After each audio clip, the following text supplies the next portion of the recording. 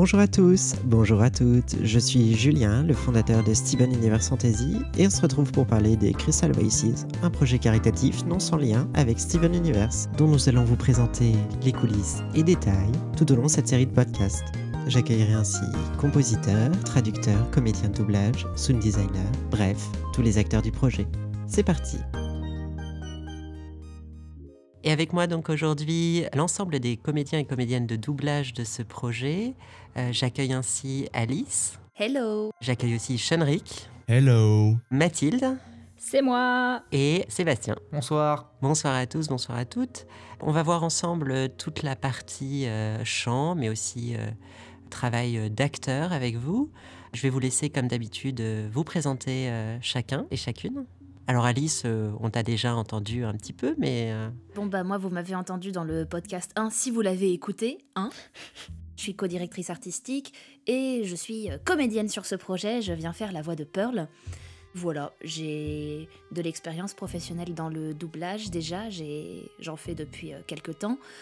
Et je suis très contente d'être sur ce projet pour faire la voix de Pearl, qui est mon personnage préféré de l'univers et de la terre et du ciel. Mathilde ?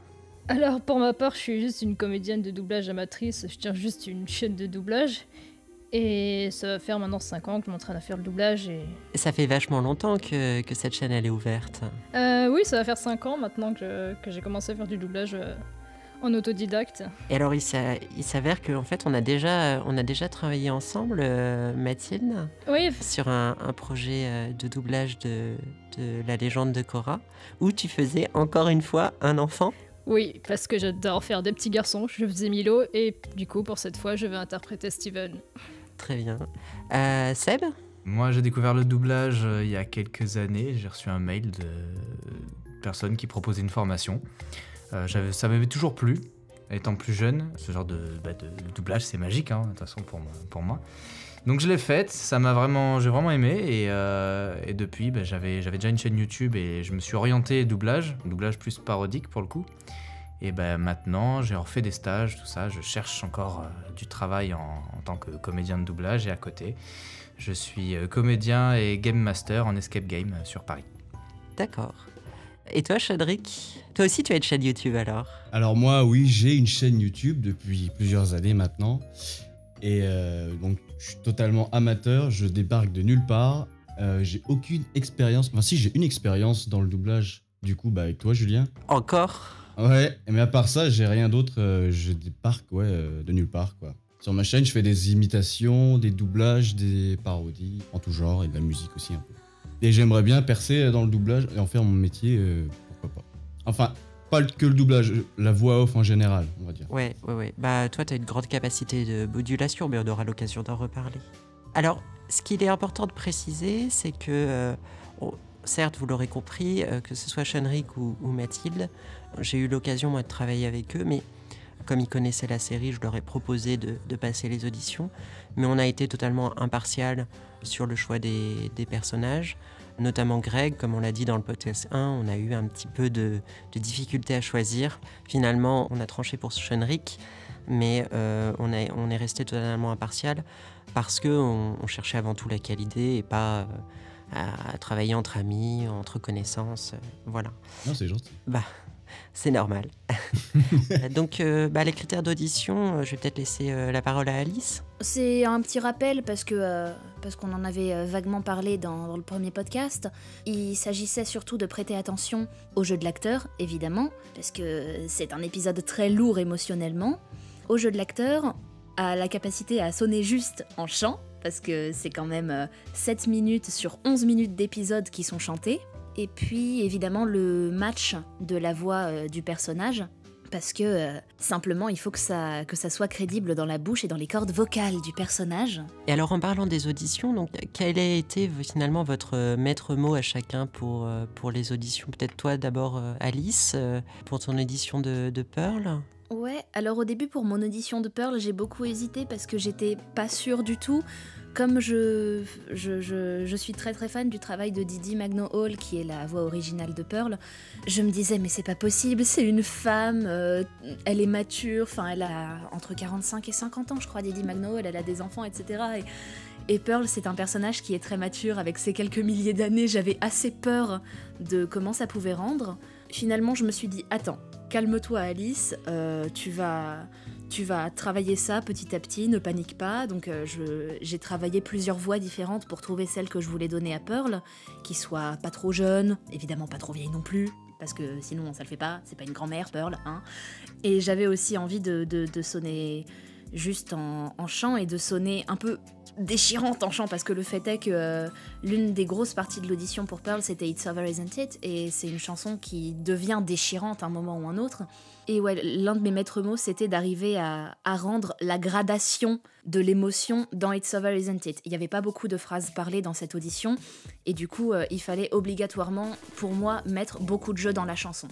Shunrik, on va te laisser la parole. Comment ça s'est passé finalement tes auditions, puisque t'en as passé plusieurs? Alors, ouais, moi, le maître mot, ça serait la modulation, tu vois. Oui.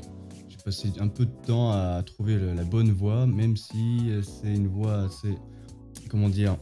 Dès que j'ai vu sa tête, j'ai lancé la première voix qui me venait tout de suite à l'esprit, et finalement, j'en ai fait plusieurs, mais celle qui est restée, et celle qui a été retenue, c'était la toute première. Donc, je dois dire que je suis assez fier de ça, quoi. Bah écoute, très content de t'avoir dans le projet.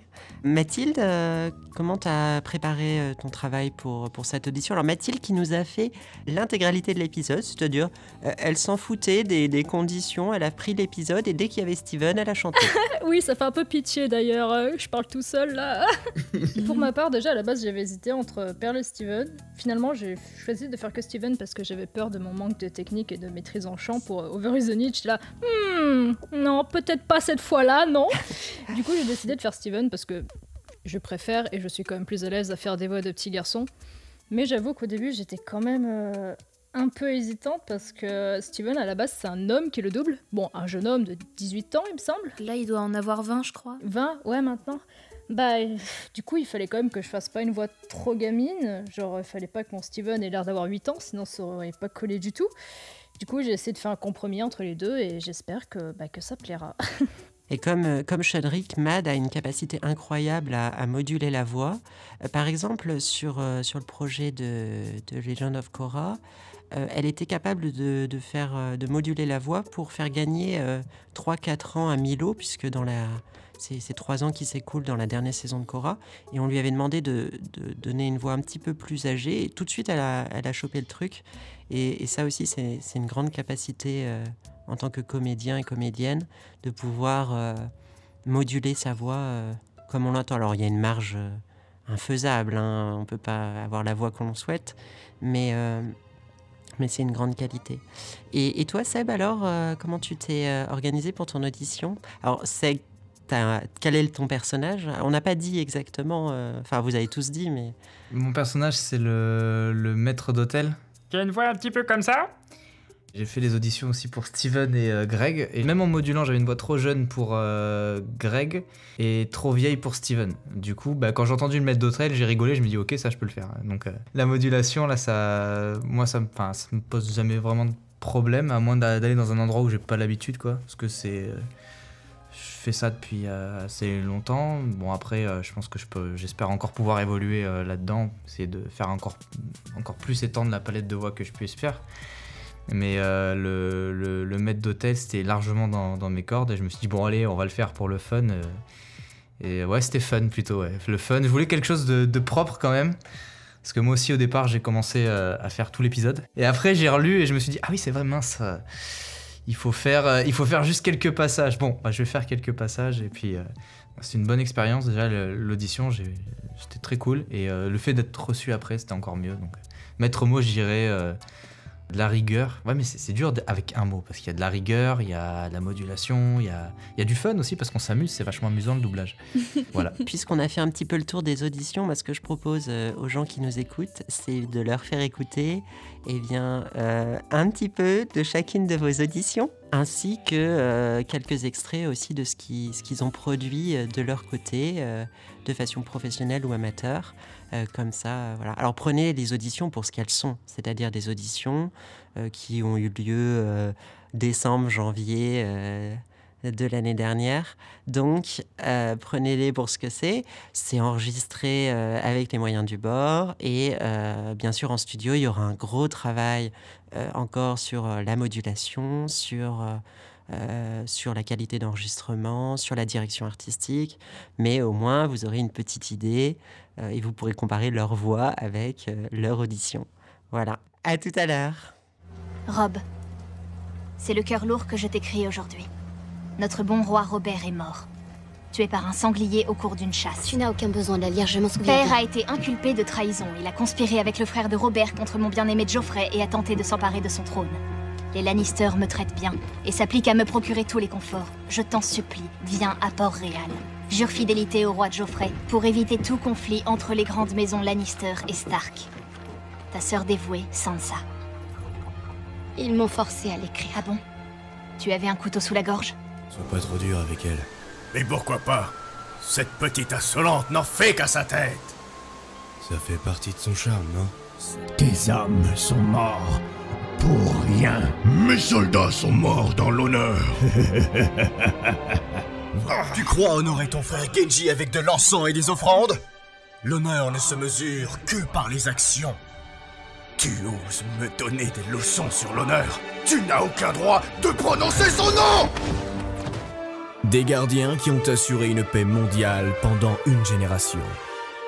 Et sous leur protection inébranlable, le monde put lentement se remettre. Réponds alors! Où se cache-t-il? D'accord, j'avoue tout. Connaissez-vous le garde champêtre? Le garde champêtre? Le garde champêtre? Wow! Ta chanson passe à la télé! Ah, la douce odeur du succès. Alors, tu vas faire quoi avec tout cet argent? Qu'est-ce que tu racontes? La grandite Chigo fait partie des Earphones. Bientôt, on aura 1 million d'auditeurs. Ouais, parle moins fort, Iki. Milo a jeté notre nourriture. À partir de maintenant, on chasse notre nourriture. Vive un grave accident, glissant sur une peau de banane. J'aimerais bien vous tailler un costard, mais ma mère m'interdit d'interagir avec des pervers en enfer. À la récré, on vous appelle Gogo Gadget le gars. Hey, chers collègues! Hey, chers collègues! C'est Monsieur Greg! C'est Monsieur Greg! Il est là pour dépenser son blé sans compter! Riche comme Crésus! À lui le luxe! Un billet de 100! Merci, trop bien! Morty, faut que tu viennes avec moi! Harry, qu'est-ce qui se passe? J'ai une surprise pour toi! C'est quoi ton délire? C'est la nuit J'ai là! une surprise, je te dis! Allez, debout, ramène-toi! Dépêche! Tu me tires trop fort là! J'ai une surprise pour toi! Comment tu trouves cet engin volant, Morty? Je l'ai fait avec des trucs trouvés dans le garage. Oh, il est génial, c'est ça la surprise? Morty, j'ai dû fabriquer une bombe, j'ai fabriqué une bombe. Quoi? Une bombe? On va la balancer là. Nous revoilà! Donc, moi, ce que je voulais vous demander, c'est est-ce que vous avez... quelle est votre expérience au niveau du chant? Est-ce que vous chantez juste sous la douche ou est-ce que vous chantez à d'autres occasions? Et aussi en acting, en jeu d'acteur, est-ce que chacun d'entre vous a eu à diverses occasions l'occasion de pratiquer ça? Oui. Alors dis-nous tout, Shenrik. Oui, j'ai déjà chanté un peu sur scène, en fait. J'ai fait un peu de scène, je fais un peu de musique en loisir, du coup, je chante un peu. Et toi, Mathilde? Alors, pour ma part, j'ai à peine commencé à chanter il y a 5 ans, parce qu'avant, je chantais pas du tout. Puis d'un coup, je me suis dit, et si je faisais des covers? Du coup, j'ai fait des covers. Du coup, je m'en sors pas trop mal. Je manque encore beaucoup de technique et de maîtrise. J'ai pris 1 an de cours de chant. Et à côté de ça, je fais également partie d'un groupe de rap, mais est-ce qu'on peut parler de chant? Je ne suis pas sûre. En tout cas, c'est super pour la respiration, hein, le rap. Et l'articulation. Surtout qu'on fait des concerts, on doit bouger tout le temps, donc effectivement, c'est pas mal d'exercices, ouais. Et ce que je propose, c'est donc qu'on écoute la cover de Mal de Star Butterfly. Non, pas celle-là. Je peux peut-être sortir des covers qui datent de 4 ans, s'il te plaît.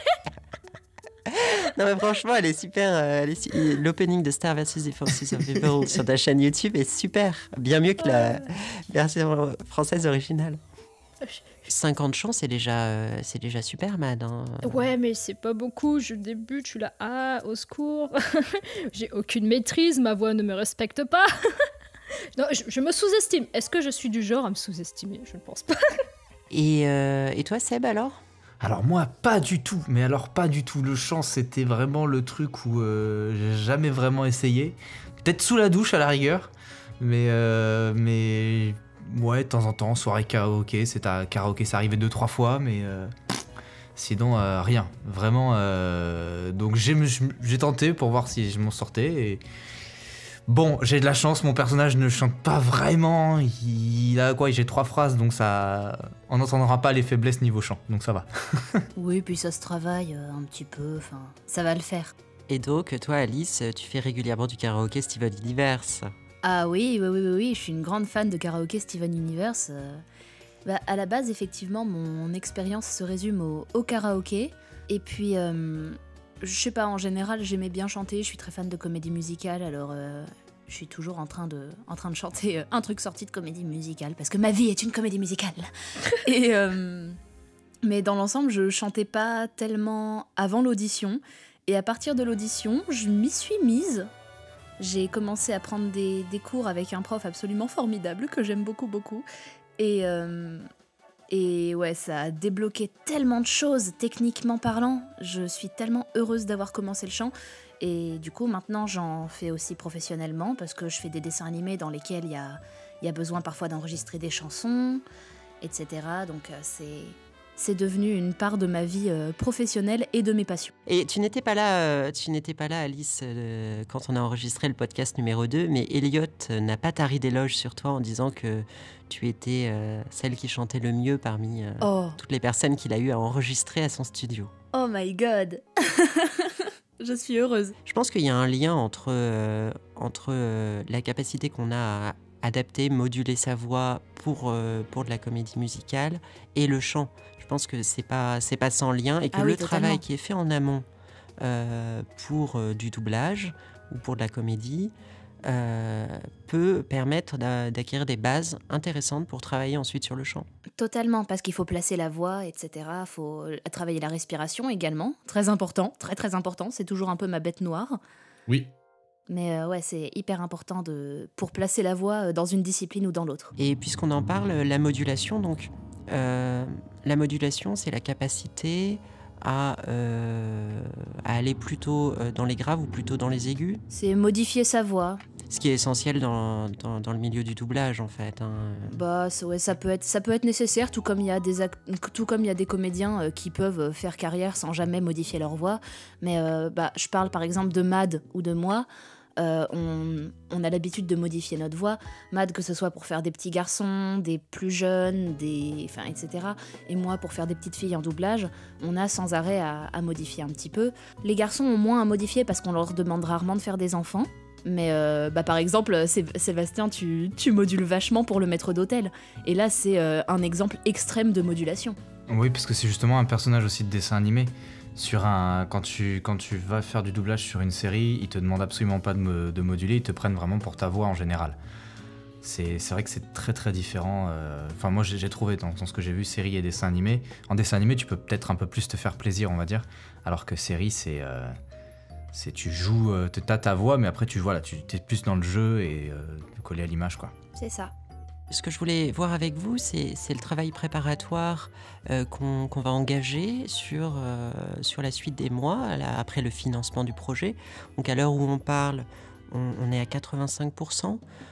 Donc on est assez confiant sur le fait qu'il reste une semaine à l'heure où on parle, pour qu'on puisse financer le projet.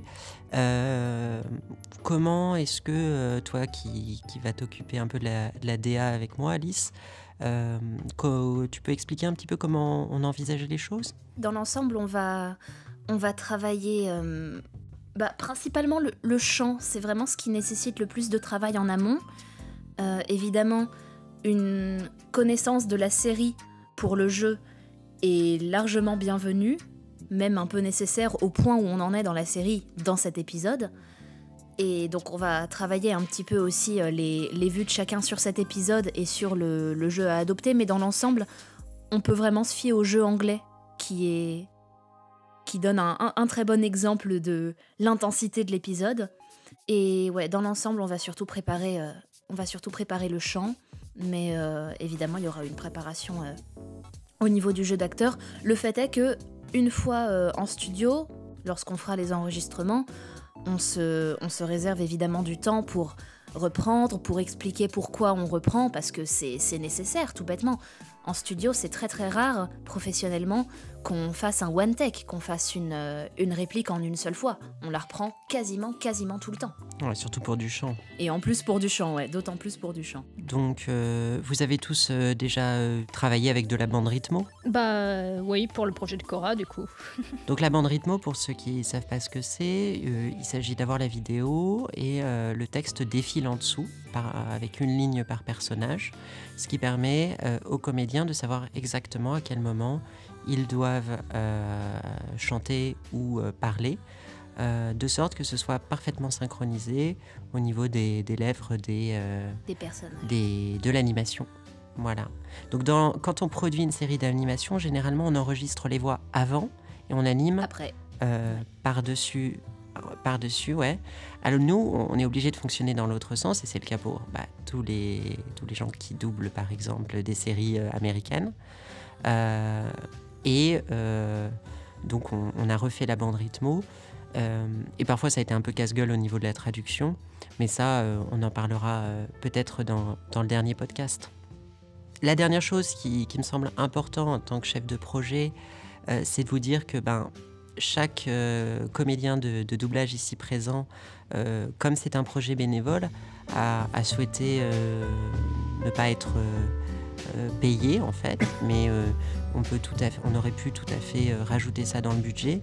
Mais bon, comme on voulait vraiment avoir cette idée de projet de fans fait pour les fans et par les fans, on va simplement défrayer entièrement toute l'équipe qui viendra donc au studio à Grenoble. Oui, moi ça va être cool. On va se laisser là. Merci à tous d'être venus pour ce podcast et merci aux personnes qui seront allées jusqu'au bout. À très bientôt sur Steven Universe Fantasy. Ciao. À très bientôt.